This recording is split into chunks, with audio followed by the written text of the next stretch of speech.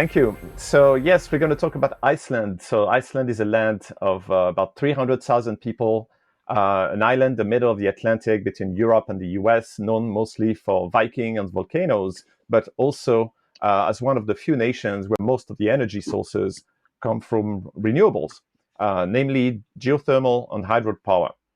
But there is more to it, and we'll discuss that today. It's now emerging as a special place for carbon removal technologies.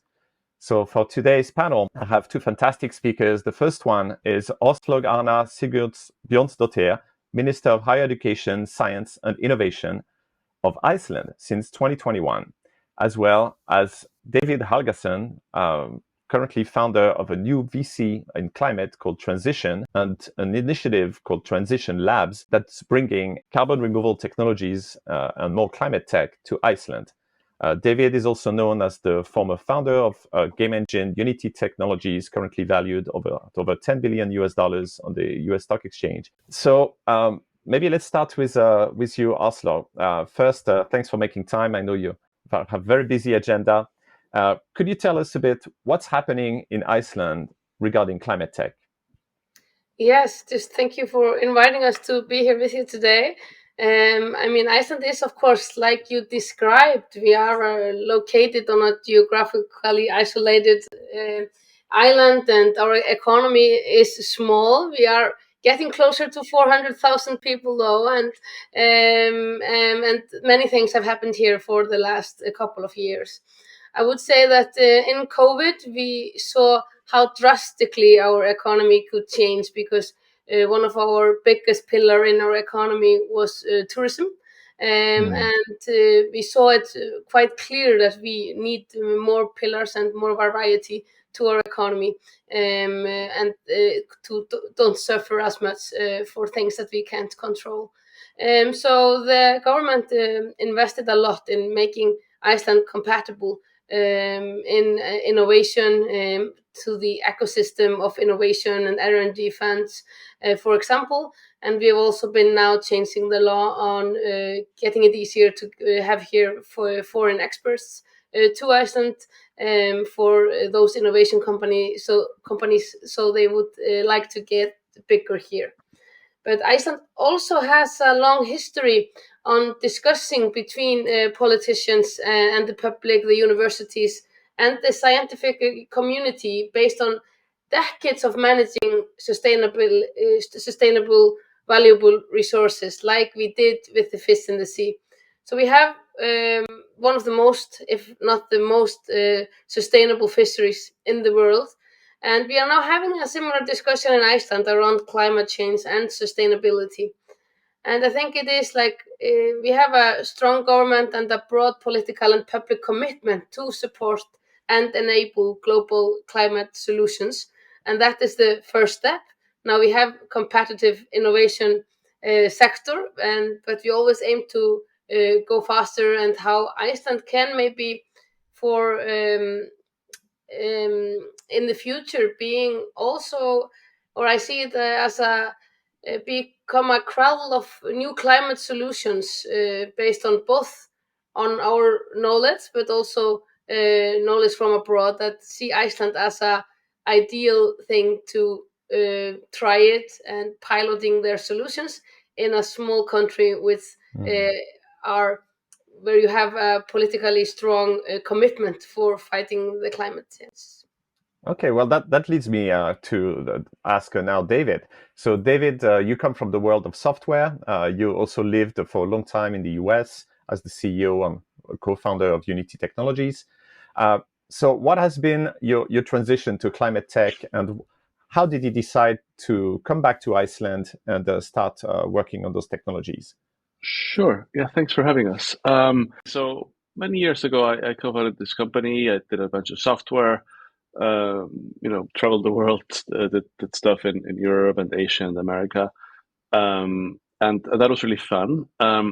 When I managed to hire myself out of a job, I became an angel investor, invested into software and games and AI and other things that I, at least in theory, knew something about.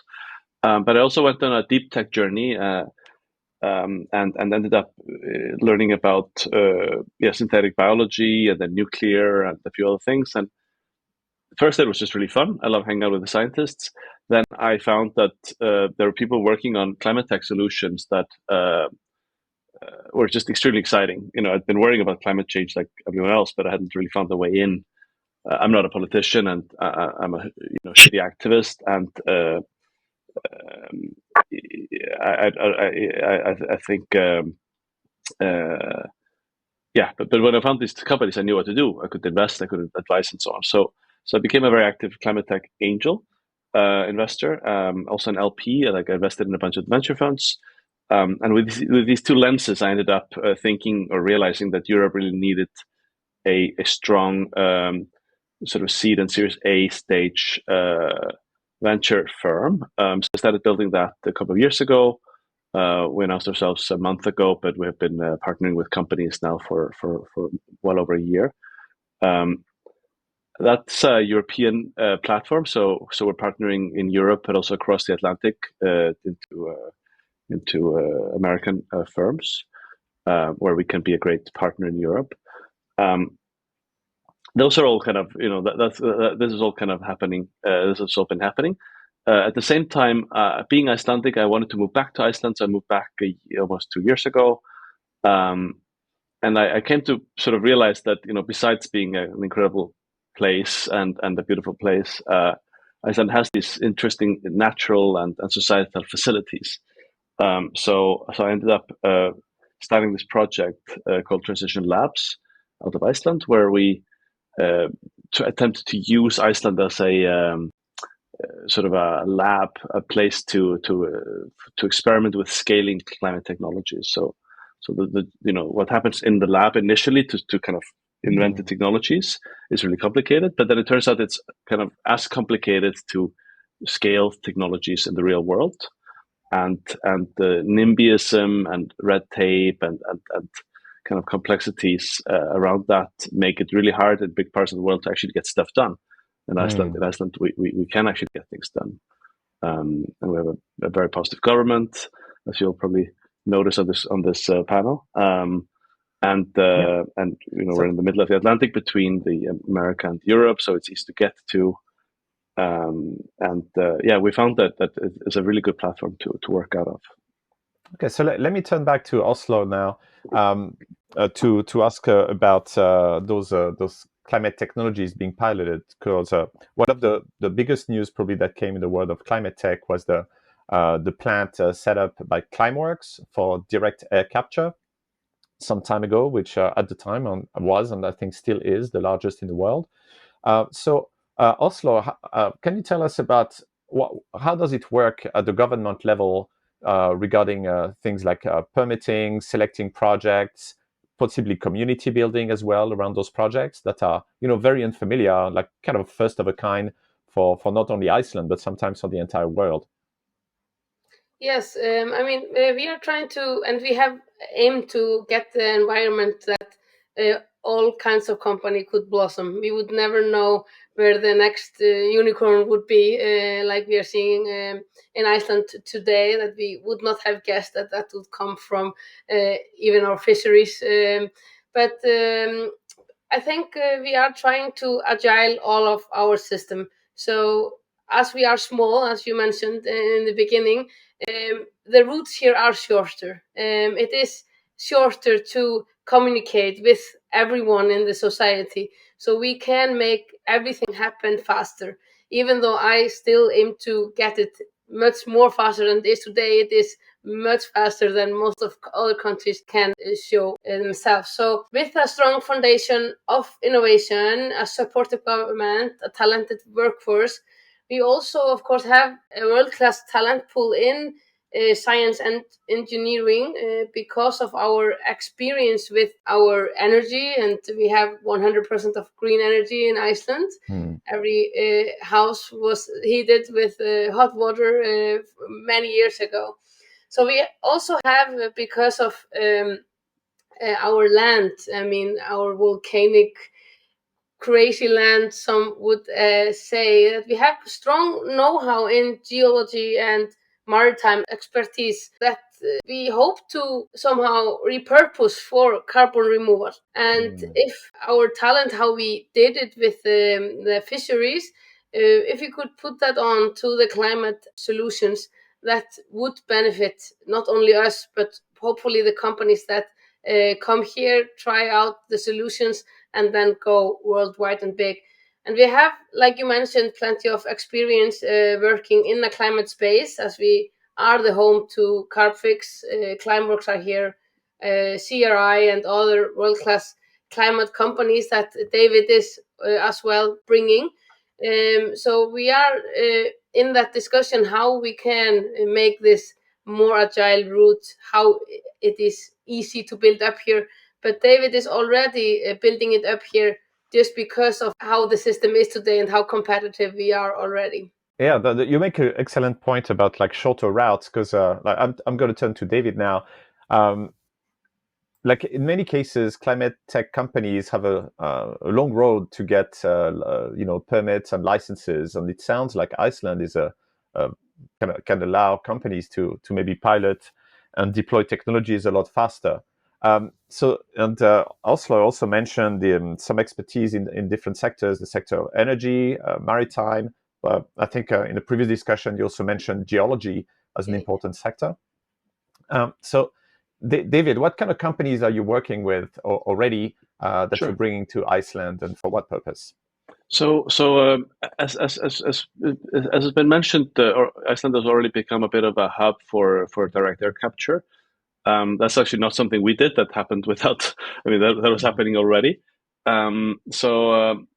In my case, I started working with called Running Tide, who grow kelp out in the open ocean in a really impressively engineered system to grow kelp and then sequester it from the ecosystem by dropping it into deep trenches out in the deep ocean.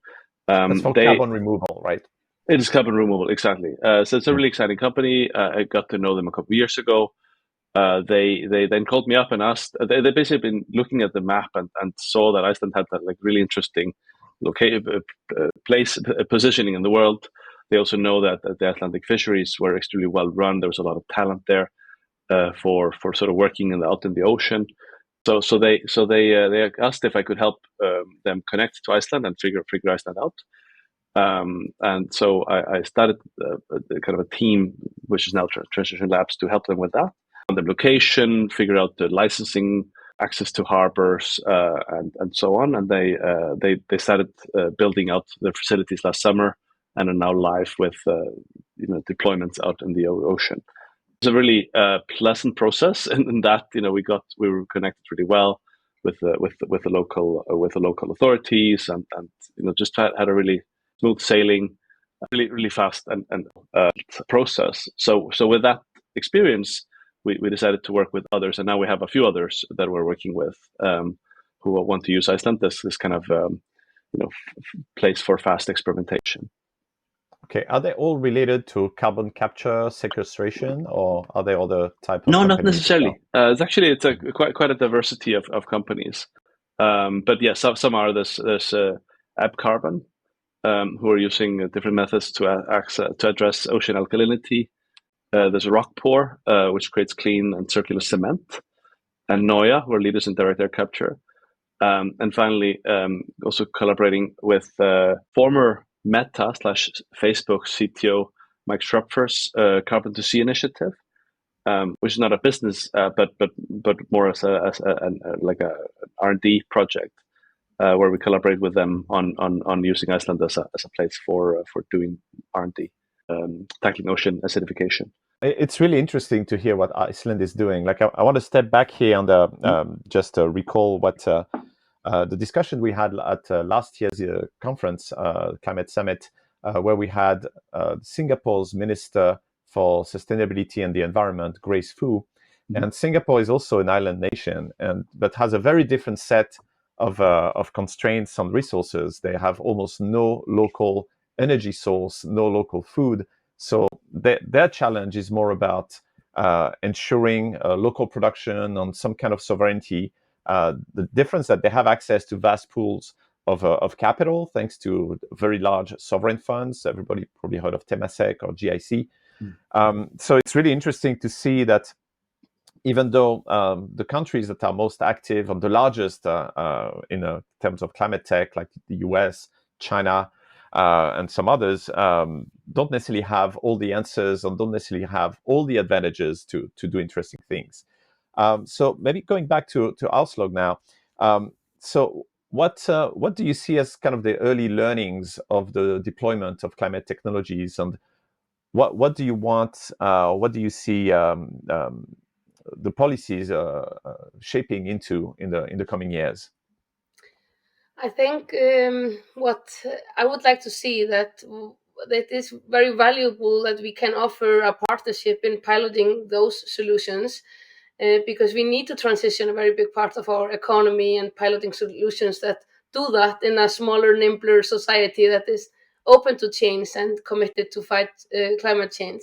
And that is a valuable step in the chain to making the solutions scalable and deployable across the world.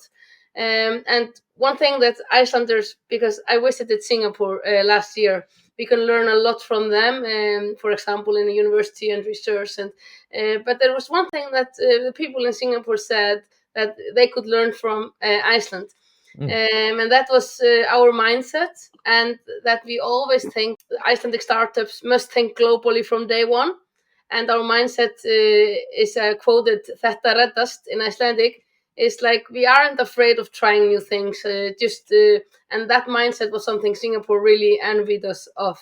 So I was quite happy to hear that. They have a very strong university and research system, and they are building quite fast up in innovation and tech, like you mentioned. But as we have so many, just where we are located, how our group are as people, how small the system is, and our agile innovation ecosystem now, I think it is quite unique that startup could come here, expand here, and flourish in Iceland before they go worldwide. We are always trying to get our ecosystem better. We have some changes that are just now will be in the parliament this winter to make the ecosystem even better and more compatible when we compare us to other countries. But what we can't build is something that Iceland just has. It doesn't matter what the politicians does. It is the mindset, how small we are, and of course how we have suffered here on this island with all of the geographically challenges that face us every year. Yeah, it's really interesting, and I think that connects with what David said earlier, that you're kind of the opposite of the not invented here or not in my backyard. It's actually, please come to my backyard, please invent and bring it over. It's really like, I don't know if there's an acronym for this, but we probably need one now. Yeah, and I think that's something we really aim to be. For solutions like climate tech, just like Running Tide did. A company from the United States, David brought here through his, and that expanded into Iceland to work on research and development, and that brings Iceland. Despite the fact the changes Running Tide will make to climate change, it also gives Iceland so much that they bring the research and development related to its carbon removal systems to Iceland and to our society, to work with our experts, and that our experts can work in these kinds of companies. This is a win-win situation for Iceland. Yeah, that's a really very unique situation, and could be a great inspiration for many other geographies. I'm going to turn to David now and ask about maybe a topic that's kind of tricky in some cases in climate technologies, is around the community building when trying new technologies that haven't been done anywhere else. Mm-hmm. So direct air capture is not very controversial, but some other technologies can be. So is it something for which you face pushback in Iceland, or is it something you're working on, or what kind of uptake do you see for example, different forms of carbon removal Sure. that could be, and I'm going to use kind of almost a taboo word here, close to geoengineering? Yeah. Humanity has done a lot of experiments that didn't go well. So we know that when we start doing things at large scale, we can really screw things up. So I think that's something we always have to keep in mind. On the other hand, humanity has been doing geoengineering for a few hundred years at least. Although I think you can sort of detect even longer history of that. So now we have to change which geoengineering we're doing, and it's not. I don't think we can go to zero, just stop. That's not happening, unfortunately. So we have to change which geoengineering we're doing. In order to do that, we have to do a lot of research, and some research can be done in a lab, but then you have to do other research out in the field. And we can do a lot of research and experimentation with things at scale before they really can, do big damage. So I think we have to be out there experimenting, and then when we decide as a human civilization almost that we may have to do some of these things at really large scale, we'll have to have had done them for a few years at smaller scale before. And I think it's this kind of intermediate scale that we really have to be working on and experimenting with. These are not things that can do a lot of damage by themselves at that scale, but yeah, we have to understand the implications before we go to full planetary scale. And now that the kind of planet system Earth is moving at high speed, we might as well try to have our hands on the wheel. Yeah, absolutely. We have to kind of gain control of the global thermostat you can think of, and if we don't do that, we can really find ourselves, with our pants down in the near future. So we only have a few minutes left, so I will mostly turn to you now for final thoughts, and I will ask first Áslaug. So today I think there's only 3 countries that are carbon negative. There's Bhutan, Panama, and Suriname. So is that something that could be on the map for Iceland to become a global carbon sink? How would you like to see Iceland being recognized in climate technologies on a longer scale? Yeah, I think Iceland, of course, is a world leader in many areas. We have been a world leading in gender equality, for example, for 14 consecutive years, and in many other areas. And we see that in climate, we really would like to step up more and be as well a leader to this change. And that will not happen only through big words of the government or where we set our goal. It will come through companies and individuals that have their minds to it and the heart to it. And we want to get them here to pilot their solutions so they could be the solutions for the world. So I think that is where we are heading. At least my mind is to that. And if I can build the system and support these companies to come to Iceland and, of course, to be built up here, it is the ingenuity that will find the solutions to the climate. So that is something I think Iceland will and would like to be recognized for. Excellent. Thanks, Áslaug. And so, David, final words here. So actually, Sure. I just say a kind of a side note here is that last year we had a science fiction writer come to the summit, Neil Stevenson, the author of Snow Crash many years ago, one of the first works on talking about the metaverse. But more recently, he wrote a very interesting climate fiction called Termination Shock. And in this story, the world's climate has already gone pretty bad, and private initiative starts to try to correct it. And I can't help but think of what you're doing with Transition Lab and what Iceland is doing and relating it to that. So I'd like to know what would you like to see in the next 5-10 years for Iceland and for transition? And if there's also a call you'd like to make to this audience, feel free to say what you're looking for. Sure. I mean, we're not nobody's acting at the scale that is described in Termination Shock. And you can debate whether that's a good idea or a good thing or a bad thing. But what we can offer at Transition Labs in Iceland is quite a lot of natural facilities. There's basically unlimited fresh water, industrial amounts of geothermal heat. The Transition Labs team is operating a 50-hectare area right next to Reykjavik, with a climate tech park near an industrial harbor, zoned for pretty much anything one might want to do. that is otherwise generally legal and safe. So that's great, and if we can use Iceland as a platform for some of this experimentation, some of the scaling journeys that these companies have to go through for technologies that will then be developed into the rest of the world, then I think we'll have done a good job. So yeah, we're definitely open for business in Iceland. Excellent. Well, Minister David, thank you very much. Thank you. Thank you, Ben.